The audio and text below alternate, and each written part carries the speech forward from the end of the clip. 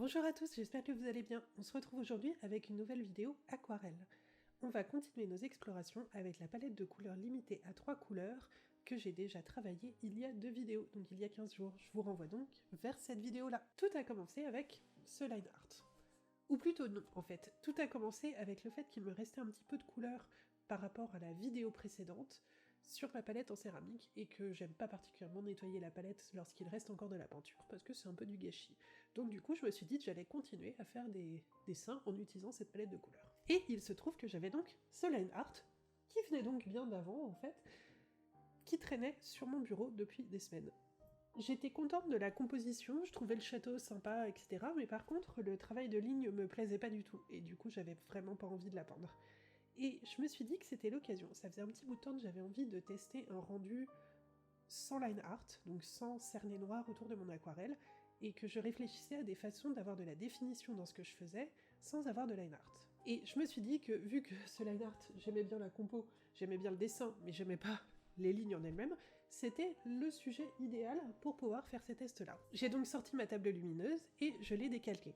Mais pas avec n'importe quoi, je l'ai décalquée avec des crayons de couleur aquarellables. Alors, les crayons de couleur aquarellables que j'ai, c'est des crayons premier prix, vraiment pas chers, que j'ai acheté au supermarché, hein, donc vraiment rien d'exceptionnel. Le but, c'est d'avoir des traits les plus légers possibles et qui se rapprochaient des couleurs que j'allais utiliser ensuite lors de mon aquarelle, parce que ça allait me permettre de pouvoir finalement venir effacer les traits avec l'aquarelle. Là où je ne savais pas trop ce que ça allait donner, c'est que je n'étais pas sûre du tout de réussir à réellement gommer les traits, et je n'étais pas sûre de réussir à avoir de la définition dans mon dessin si je n'avais pas de tracé. Tout ça est très nouveau pour moi, j'ai toujours travaillé avec ce trait de contour. D'un coup, ça voulait dire que je passais de quelque part faire du coloriage, appliquer de la couleur à l'intérieur d'un tracé noir, à faire de la peinture. Et clairement, c'est pas du tout la même chose. Mais ne mettons pas la charrue avant les bœufs, et on va d'abord parler un petit peu du dessin.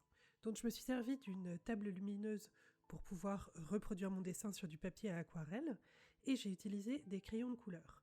Alors, la marque des crayons de couleur que j'ai utilisés, c'est des Faber-Castell et des Caran d'Ache, de manière mélangée, parce que j'ai un petit peu plein de marques différentes, et j'y fais pas particulièrement attention, parce que le crayon de couleur, c'est pas quelque chose que j'utilise régulièrement.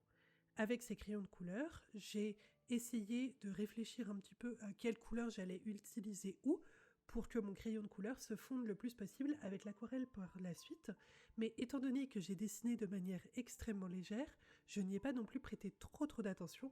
De toute manière, clairement, je n'avais pas les couleurs nécessaires pour. Du coup, par exemple, j'ai fait le cerné autour du végétal en vert, le château en ocre, les toits en rouge, en sachant que de toute manière, j'étais parfaitement au courant que la gamme de couleurs que j'allais utiliser était plutôt limitée de par mon utilisation uniquement de 3 tubes d'aquarelle. Du coup, je n'allais pas trop loin. Ça n'aurait pas été cohérent, par exemple, de faire mon ciel en bleu, étant donné que je n'allais pas utiliser de peinture bleue. Reproduire le dessin, c'était la partie facile. Une fois ça fait, il a fallu se faire un petit thé, c'était absolument essentiel à mon processus, et commencer à appliquer l'aquarelle. Donc comme je vous le disais, j'ai utilisé une palette réduite qui est inspirée du travail d'un peintre suédois qui s'appelle Anders Zorn. Si vous voulez en savoir plus, n'hésitez pas à aller voir mon autre vidéo où je détaille beaucoup plus tout ça. Mais rapidement, les 3 couleurs que je vais utiliser sont le style de grain brun, le grid paint et le rouge vermillon. Le style de grain brun n'est pas là dans la palette de Anders Zorn, il vient remplacer l'ocre que je n'ai pas en tube, et donc je n'ai pas voulu acheter un nouveau tube, et je trouve ça un petit peu intéressant parce que ça shift légèrement ma palette de couleurs plutôt vers les verts, et je trouve que ça fonctionne mieux pour de l'architecture.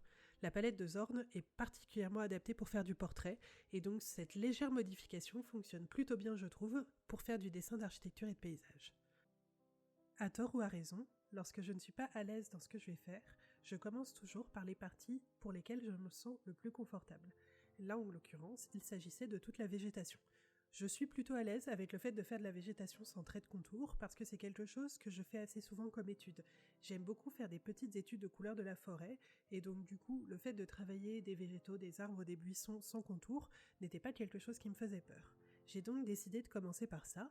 En plus, c'est quelque chose que j'avais beaucoup travaillé avec cette palette de peinture parce que les 3 études que j'avais faites, que vous pouvez retrouver à nouveau dans ma vidéo précédente, désolée je tourne en boucle là-dessus, c'était principalement des études de nature. Il y avait un petit peu d'éléments architecturaux, mais j'avais essentiellement travaillé du végétal, un petit peu d'eau, etc., mais principalement du végétal. Du coup, j'étais super à l'aise et donc je me suis dit, je vais commencer par ce que je sais faire, on va commencer par ça. C'était peut-être une erreur, je sais pas trop. On dit souvent que lorsqu'on travaille sur un projet complexe, il faut toujours commencer par les tâches qui nous paraissent les plus complexes et les plus longues. C'est peut-être vrai pour un projet, je sais pas moi, professionnel, mais par contre, pour une peinture, je suis pas forcément convaincue. Je m'explique. Je vois la peinture, et l'aquarelle en particulier, comme une activité presque méditative. Pour être satisfaite de ce que je fais en aquarelle, j'ai généralement besoin de me mettre un peu dans un état second, de rentrer dans l'activité de la peinture, d'être à fond dedans, de ne plus penser à quoi que ce soit d'autre, et d'être finalement dans cette espèce d'état méditatif un peu second, une sorte d'état de flow. Et je ne pense pas que si j'avais commencé par le château, qui représentait pour moi la partie la plus complexe techniquement et celle sur laquelle j'avais le plus de doutes, je ne pense pas que j'aurais pu rentrer dans cet état un petit peu second, parce que j'aurais dû vraiment être très très concentrée, mais sur la technique pure, et moins me laisser porter par la couleur. Et du coup, finalement, le fait de commencer par quelque chose qui me mettait à l'aise, ça m'a permis de rentrer dans cette espèce d'état, et je soupçonne que le résultat final n'en est que meilleur. C'est un peu ça qui est magique avec ce genre d'exercice où l'on se donne des contraintes fortes, comme par exemple n'utiliser que 3 couleurs, alors que d'habitude on en a plus de 30 dans notre palette. C'est dans ce genre d'exercice finalement qu'on comprend quelle est notre identité en tant que peintre ou en tant que dessinateur, et qu'on comprend aussi quel est notre fonctionnement. Si je n'avais pas fait cet exercice, par exemple, je ne me serais peut-être pas rendu compte que je me basais peut-être beaucoup trop sur le bleu indigo et le grid paint pour faire mes ombres, et que je n'allais jamais voir du côté des autres couleurs et des mélanges de couleurs pour faire des ombres, alors que c'est quelque chose qui peut vraiment enrichir mon travail et le faire passer un peu à la vitesse supérieure. Bien sûr, rien ne vous empêche de juste vouloir patouiller avec la couleur et vous faire plaisir.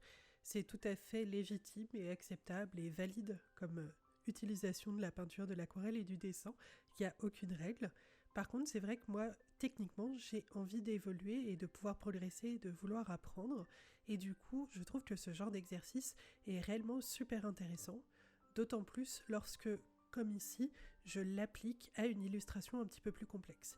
C'est bien de faire des nuanciers et de faire des études comme j'ai pu faire dans la vidéo précédente, mais à un moment, appliquer ce qu'on a pu voir et ce qu'on a pu tester à des dessins qui sont plus dans les thèmes de ce qu'on fait habituellement et dans notre pratique principale, c'est vraiment là qu'on va pouvoir voir si on a réellement intégré ces nouvelles notions qu'on a apprises et si on arrive à les appliquer.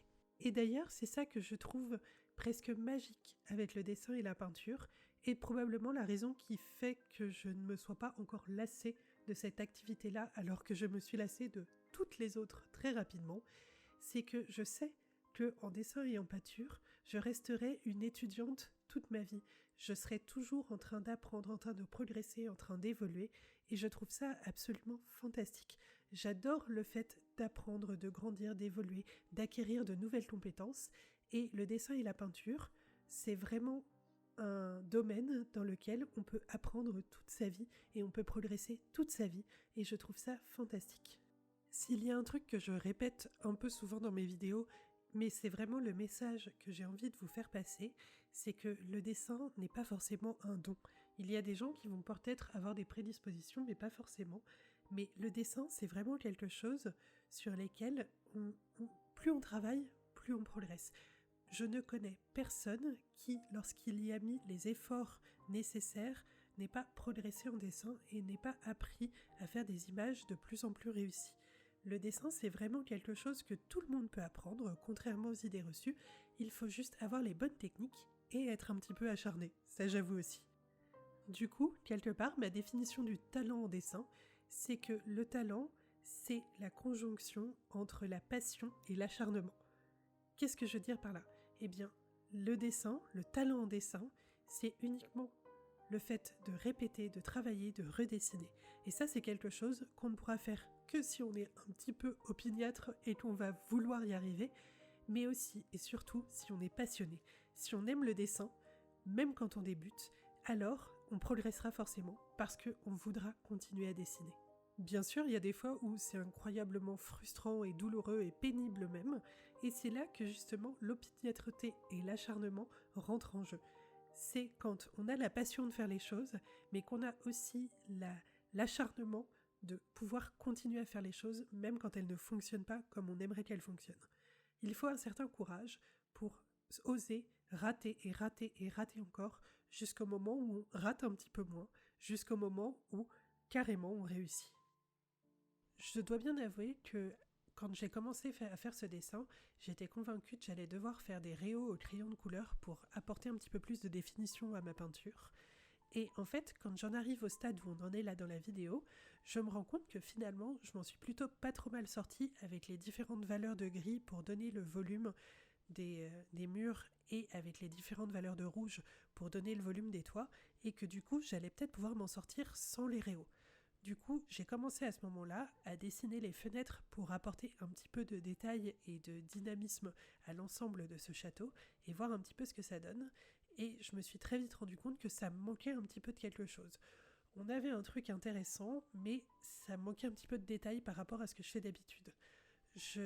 Dans mon dessin au stylo, généralement, j'apporte tout un tas de détails, de textures. Je dessine par exemple les tuiles, je renforce certaines ombres avec des hachures, etc. Et là, bien sûr, vu que je n'avais pas d'ancrage, je ne pouvais pas le faire. Et donc du coup, j'ai décidé de faire tout un tas de petits détails au pinceau très fin. Ça m'a pris un temps absolument ridicule, mais je suis hyper contente du rendu que ça donne. Là, sur la vidéo, ça se voit pas beaucoup, mais en vrai, on se rend compte qu'il y a tout un tas de petits traits très très fins qui donnent l'impression des tuiles, etc. Et du coup, je dois bien avouer que je suis assez satisfaite du résultat final. Merci d'avoir regardé jusqu'ici, j'espère que la vidéo vous a plu. Moi en tout cas j'ai pris beaucoup de plaisir à la réaliser. Je me suis bien amusée à jouer un petit peu avec les différents plans, etc. Je joue avec un nouvel objectif, ce qui fait que j'ai des jolis flous d'arrière-plan, mais que parfois j'ai encore des flous en avant-plan. C'est un peu gênant, mais j'y travaille, promis. Si la vidéo vous a plu, vous pouvez comme d'habitude mettre un pouce vers le haut ou laisser un commentaire pour me dire ce que vous en avez pensé. Vous pouvez aussi, comme toujours, vous abonner à la chaîne si ce n'est pas déjà fait, ça vous permettra de ne pas rater les prochaines vidéos, et partager une vidéo sur les réseaux sociaux, c'est ça qui fait vivre la chaîne. Quant à moi, je vous remercie d'être arrivé jusqu'ici à nouveau, et je vous dis à très vite sur les réseaux sociaux et pour une prochaine vidéo. Salut!